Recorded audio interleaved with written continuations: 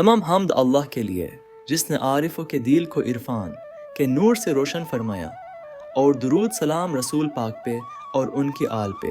حضرت فضیل بن ایاز ایک عظیم بزرگ اور زاہد شخصیت تھے۔ آپ کا تعلق خراسان کے علاقے تالقان سے تھا، جہاں آپ کی ولادت ہوئی۔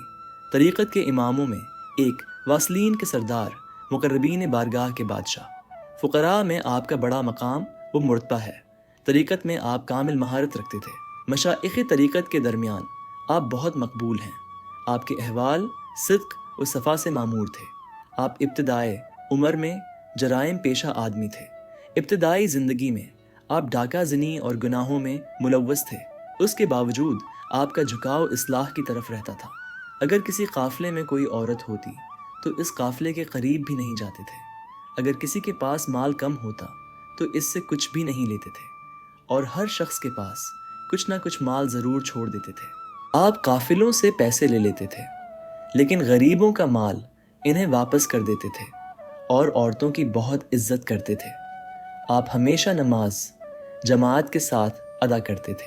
ایک دن کسی شخص نے پوچھ لیا، نماز بھی پڑھتے ہو، قرآن بھی پڑھتے ہو، عورتوں کی عزت بھی کرتے ہو، کسی غریب سے پیسے بھی نہیں لیتے، پھر کیوں گناہوں میں پڑے ہوئے ہو؟ آپ نے اس شخص سے کہا، اللہ سے مجھے امید ہے، وہ مجھے ضرور ایک دن ہدایت دے گا۔ آپ ڈاکو ضرور تھے، لیکن آپ کے دل میں خدا کا خوف اور ایمان کا نور ضرور موجود تھا۔ ایک مرتبہ ایک سوداگر جا رہا تھا۔ لوگوں نے کہا، تمہارے لیے بہتر یہ ہے کہ تم ایک سرکاری دستہ اپنے ساتھ لے کر جاؤ، کیونکہ راستے میں فضیل مال لوٹ لیتا ہے۔ سوداگر نے کہا، میں نے سنا ہے کہ وہ رحم دل اور خدا ترس آدمی ہے۔ سوداگر نے حفاظتی دستے کی بجائے اپنے ساتھ ایک قاری اجرت پر رکھ لیا۔ قاری دن رات قرآن مجید کی تلاوت کرتا رہا، یہاں تک کہ یہ قافلہ اس جگہ پہنچ گیا جہاں فضیل گھات لگائے بیٹھا تھا۔ اس وقت قاری نے یہ آیت پڑھی، کیا ابھی تک مومنوں کے لیے وہ وقت نہیں آیا کہ وہ ذکر الہی اور حق کی طرف سے نازل کیے ہوئے احکام کے آگے اپنے دلوں کو جھکائیں۔ جب فضیل بن ایاز نے قرآن کی تلاوت سنی تو آپ رونے لگ گئے اور وہاں سے چلے گئے۔ آپ پوری رات روتے رہے اور اللہ سے اپنے گناہوں کی معافی مانگی۔ آپ نے اللہ سے سچا وعدہ کیا کہ آئندہ کوئی ایسا کام نہیں کروں گا جس کام سے تو نے منع کیا ہے۔ آپ پوری رات روتے رہے۔ پھر آپ نے فیصلہ کیا کہ میں عوام میں جا کر سب سے معافی مانگوں گا اور اپنے آپ کو قانون کے حوالے کر دوں گا۔ اگلے دن آپ عوام میں آئے اور معافی مانگی۔ آپ نے کہا، جو مجھے جانتا ہے، جس کا میں نے مال لیا تھا، وہ سب مجھے معاف کر دیں۔ بہت سارے لوگوں نے آپ کو اسی وقت معاف کر دیا، لیکن کچھ لوگوں نے آپ کو مارا پیٹا۔ آپ زخمی ہو گئے۔ پھر کچھ نیک دل لوگوں نے آپ کو وہاں سے بچایا اور کہا، یہاں سے چلے جاؤ۔ اگلے دن آپ دوبارہ واپس آئے اور کہا، اللہ کے لیے مجھے معاف کر دو۔ جب لوگوں نے آپ کی زخمی حالت دیکھی اور درد بھری آواز سنی تو انہیں آپ پر رحم آ گیا اور سب نے آپ کو معاف کر دیا۔ لیکن ایک یہودی تھا جس نے کہا، میں تمہیں کبھی معاف نہیں کروں گا۔ آپ اس یہودی کے پیچھے پیچھے گئے، اس کے سامنے ہاتھ جوڑ کر معافی مانگی، لیکن وہ اپنے گھر میں گیا اور دروازہ بند کر دیا۔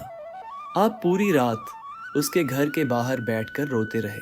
اگلے دن جب وہ یہودی گھر سے باہر آیا تو آپ پھر اس کے پیچھے پیچھے گئے اور اس سے معافی مانگنے لگے، لیکن وہ آپ کو معاف نہیں کرتا تھا۔ یہی عمل کئی دن اور رات جاری رہا، لیکن آپ اس کے گھر کے باہر ہی بیٹھے رہتے۔ لوگ آپ کو اس حالت میں دیکھ کر ترس کھاتے۔ آپ پوری رات اللہ سے معافی مانگتے اور روتے جاتے۔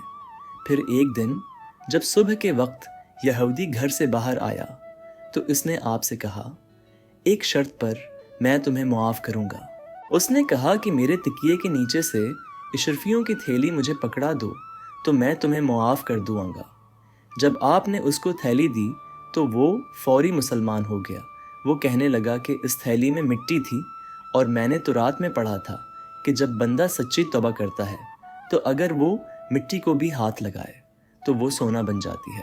اس سے مجھے یقین ہو گیا کہ آپ کا مذہب سچا ہے۔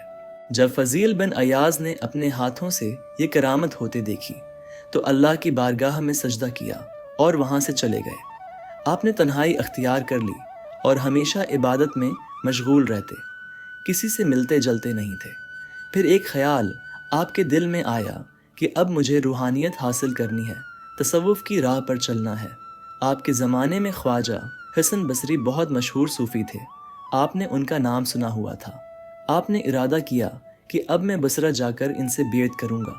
آپ بصرہ گئے، لیکن جب وہاں پہنچے تو معلوم ہوا کہ حسن بصری کا وصال ہو چکا ہے۔ یہ سن کر آپ بہت روئے اور کہا، اب میں کس سے بیعت ہوں گا؟ اسی دوران ایک شخص آیا اور آپ سے کہا، تم کیوں رو رہے ہو؟ خواجہ حسن بصری کا پورا فیض موجود ہے، عبد الواحد بن زید کی شکل میں۔ عبد الواحد بن زید ایک جلیل القدر بزرگ اور صوفی، آپ حضرت حسن بصری کے شاگردوں میں شمار ہوتے ہیں۔ آپ فوراً حضرت عبد الواحد بن زید کی خدمت میں پہنچے، ان سے بیعت کی اور انہی کے ساتھ رہنے لگے۔ آپ نے ان سے معرفت، اسرار حقیقت اور علم فقر حاصل کیا اور دنیاوی رغبت چھوڑ کر زہد کی راہ اختیار کر لی۔ بعد ازاں آپ کوفہ تشریف لے گئے اور وہاں امام اعظم ابو حنیفہ سے قرآن و حدیث کا علم حاصل کیا۔ امام ابو حنیفہ آپ کا بے حد احترام کرتے تھے اور آپ کی علمیت کو قدر کی نگاہ سے دیکھتے تھے۔ بعد میں آپ نے شادی کی اور اللہ نے آپ کو ایک بیٹا اور 2 بیٹیاں عطا فرمائیں۔ آپ اکثر اپنی گزری ہوئی زندگی کے گناہوں کو یاد کر کے روتے رہتے۔ آپ کا عقیدہ تھا کہ جو شخص دنیا میں اپنے گناہوں کی سزا پا لیتا ہے وہ آخرت میں پاک ہو کر جاتا ہے۔ اسی لیے آپ قاضی کے پاس گئے اور اپنے ماضی کے گناہوں کا اعتراف کیا تاکہ وہ آپ کو سزا دے، تاکہ آخرت میں آپ کے لیے مغفرت کی راہ ہموار ہو جائے۔ اس وقت تک آپ کی ولایت و بزرگی کی شہرت عام ہو چکی تھی اور قاضی بھی آپ کو ایک اللہ کے ولی کے طور پر جانتا تھا۔ اس نے کہا، حضور آپ اللہ کے برگزیدہ بندے ہیں، اگر میں نے آپ کو کوئی سزا دی تو اللہ مجھے معاف نہیں کرے گا۔ یہ سن کر آپ وہاں سے واپس آ گئے اور اپنی اہلیہ وہ بچوں کو لے کر ہمیشہ کے لیے مکہ مکرمہ میں قیام پذیر ہو گئے۔ وہاں آپ حاجیوں کو زمزم کا پانی پلانے کی خدمت انجام دیتے تھے۔ آپ ہمہ وقت اللہ کے ذکر اور اس کی یاد میں مشغول رہتے اور عام لوگوں سے زیادہ میل جول پسند نہیں کرتے تھے۔ جب رات ہوتی تو آپ تنہائی پسند کرتے اور صحرا میں خیمہ لگا کر اکیلے عبادت کیا کرتے۔ یہی آپ کا معمول تھا۔ آپ کی شہرت اس قدر بڑھ چکی تھی کہ وقت کا خلیفہ ہارون الرشید بھی آپ سے ملاقات کا خواہش مند ہوا۔ ایک رات وہ اپنے سپاہیوں کے ساتھ آپ کے خیمے پر آیا۔ اس وقت آپ قرآن کی تلاوت میں مشغول تھے۔ ہارون الرشید کے سپاہیوں نے خیمے کے باہر سے آواز دی، خلیفہ آپ سے ملنا چاہتے ہیں۔ آپ نے جواب دیا، میں کسی سے ملنا نہیں چاہتا۔ سپاہی نے کہا، ہم تم سے پوچھیں کر اندر نہیں آئیں گے۔ یہ سن کر آپ نے فوراً خیمے میں جلتا ہوا چراغ بجھا دیا اور پورا خیمہ اندھیرے میں ڈوب گیا۔ جب ہارون الرشید خیمے کے اندر داخل ہوا تو اسے دھندلے سائے میں آپ کا وجود نظر آیا۔ اس نے ہاتھ بڑھایا اور سلام کیا۔ آپ نے ہارون الرشید کا ہاتھ پکڑ کر فرمایا، یہ ہاتھ تو بہت نرم ہے، اگر جہنم کی آگ سے بچ جائے تو۔ یہ سن کر ہارون الرشید وہیں بیٹھ گیا اور رونے لگا۔ پھر اس نے عرض کی، حضور مجھے کچھ نصیحت فرمائیں۔ آپ نے فرمایا، تم جن کی اولاد ہو، وہ نبی کریم کے چچا حضرت عباس۔ حضرت عباس ایک مرتبہ حضور نبی اکرم کی خدمت میں حاضر ہوئے اور عرض کیا، یا رسول اللہ مجھے کسی جگہ کا سردار یا امیر بنا دیجیے۔ حضور نے اپنے چچا حضرت عباس سے فرمایا، چچا اللہ کی فرما برداری کسی جگہ کی سرداری حاصل کرنے سے بہتر ہے۔ یہ سن کر ہارون الرشید نے کہا، اور کچھ نصیحت فرمائیں۔ حضرت فضیل بن ایاز نے فرمایا، اپنی سلطنت میں عورتوں کو اپنی بہنیں سمجھو، مردوں کو اپنے بھائی، بوڑھوں کو اپنے ماں باپ کی جگہ سمجھو۔ آپ نصیحت کرتے جا رہے تھے اور ہارون الرشید زار و قطار روتا جا رہا تھا۔ آخر میں آپ نے فرمایا، اب بس تم یہاں سے چلے جاؤ۔ ہارون الرشید جب جانے لگا تو جاتے ہوئے آپ کو سونے کی اشرفیوں کی ایک پوٹلی پیش کی۔ یہ دیکھ کر آپ غصے میں آ گئے اور فرمایا، میری نصیحت کا تم پر یہ اثر ہوا کہ تم مجھے پیسے دے رہے ہو۔ مجھے پیسے نہیں چاہیں، انہیں کسی ضرورت مند کو دے دو۔ حضرت فضیل بن ایاز 30 سال تک نہیں ہنسے اور زیادہ تر خاموش رہتے تھے۔ ایک دن آپ اور آپ کا بیٹا حاجیوں کو زمزم پلا رہے تھے۔ اسی دوران ایک حاجی نے سورہ ابراہیم کی آیت تلاوت کی، اور تم اس دن مجرموں کو دیکھو گے کہ زنجیروں ہیں میں جکڑے ہوئے ہوں گے۔ یہ آیت سنتے ہی آپ کے بیٹے پر وجد کی کیفیت طاری ہو گئی اور اسی لمحے وہ وفات پا گیا۔ حضرت فضیل بن ایاز اس واقعے کے بعد 30 سال بعد پہلی بار مسکرائے۔ آپ کے خاص مرید ابو علی رازی نے حیرت سے پوچھا، حضور میں نے آپ کو کبھی ہنستے ہوئے نہیں دیکھا، مگر آج آپ اپنے بیٹے کی وفات پر مسکرا رہے ہیں۔ حضرت فضیل بن ایاز نے جواب دیا، میرا بیٹا وفات پا گیا اور میرا مالک اس پر راضی ہے، تو جب میرا مالک راضی ہے پھر میں کیوں نہ مسکراؤں۔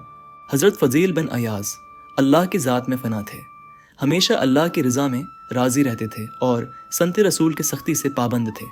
ایک دن آپ نے وضو کرتے وقت 3 مرتبہ ہاتھ دھونے کے بجائے 2 مرتبہ ہاتھ دھو لیے۔ اسی رات حضور پاک خواب میں تشریف لائے اور فرمایا، فضیل آج تم نے وضو میں 2 مرتبہ ہاتھ دھوئے، 3 مرتبہ نہیں دھوئے۔ یہ سنتے ہی آپ نیند سے بیدار ہوئے، بہت روئے، دوبارہ وضو کیا اور ساری نمازیں دوبارہ ادا کیں۔ آپ انتہائی پرہیزگار اور متقی تھے۔ جب آپ کا آخری وقت قریب آیا تو آپ نے اپنی بیوی کو بلایا اور وصیت کی، میری وفات کے بعد میری دونوں بیٹیوں کو لے کر پہاڑ کی چوٹی پر چلی جانا اور اللہ سے یوں دعا کرنا، یا اللہ میرے شوہر فضیل کے بعد اب تو ہی میری ان دونوں بیٹیوں کا کفیل ہے۔ آپ کی وفات کے بعد آپ کی بیوی نے وصیت پر عمل کیا اور اپنی دونوں بیٹیوں کو لے کر پہاڑ چوٹی پر چلی گئیں۔ وہاں کھڑے ہو کر اسی جملے کے ساتھ دعا کی جو حضرت فضیل بن ایاز نے انہیں سکھایا تھا۔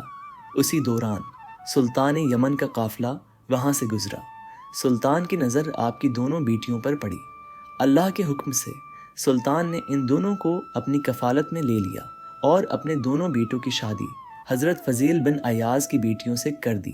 دوستو، جو اللہ کے راستے پر چلتا ہے اللہ اس کی غیب سے مدد فرماتا ہے۔ حضرت فضیل بن ایاز کی قبر جنت المالی مکہ مکرمہ میں ہے۔ حضرت علی حجویری نے حضرت فضیل بن ایاز کا ذکر نہایت عقیدت اور احترام کے ساتھ کیا ہے۔ داتا گنج بخش نے حضرت فضیل بن ایاز کو زہد کا پیکر اور اولیاء کرام کے بلند مرتبہ افراد میں سے ایک قرار دیا ہے۔ آپ فرماتے ہیں کہ حضرت فضیل دنیاوی لذتوں سے کنارہ کش ہو کر مکمل طور پر اللہ کی رضا میں مگن رہتے تھے۔ حضرت فضیل بن ایاز حضرت سلطان ابراہیم بن ادہم کے مرشد کامل تھے۔